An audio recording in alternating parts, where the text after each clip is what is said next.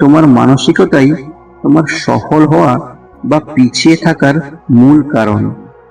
জীবনে সফল হতে গেলে তোমার লক্ষ্যটাকে স্থির রাখো। তোমার জ্ঞান সেই পথকে সুগম করবে।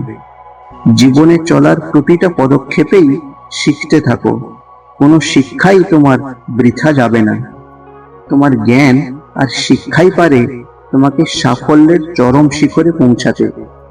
এটাই একমাত্র পথ, যে পথে সাফল্য তোমার অপেক্ষা করছে।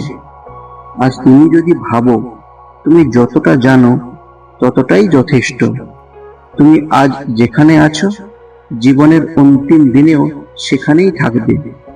যদি তুমি ভাবো একটু হলেও কথাগুলির যুক্তি আছে, তবে চ্যানেলকে সাবস্ক্রাইব করে সঙ্গে থেকে, কারণ তোমার সাফল্যের পথ একমাত্র আমিই তোমাকে দেখাতে পারি।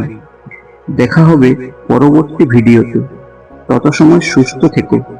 ধন্যবাদ।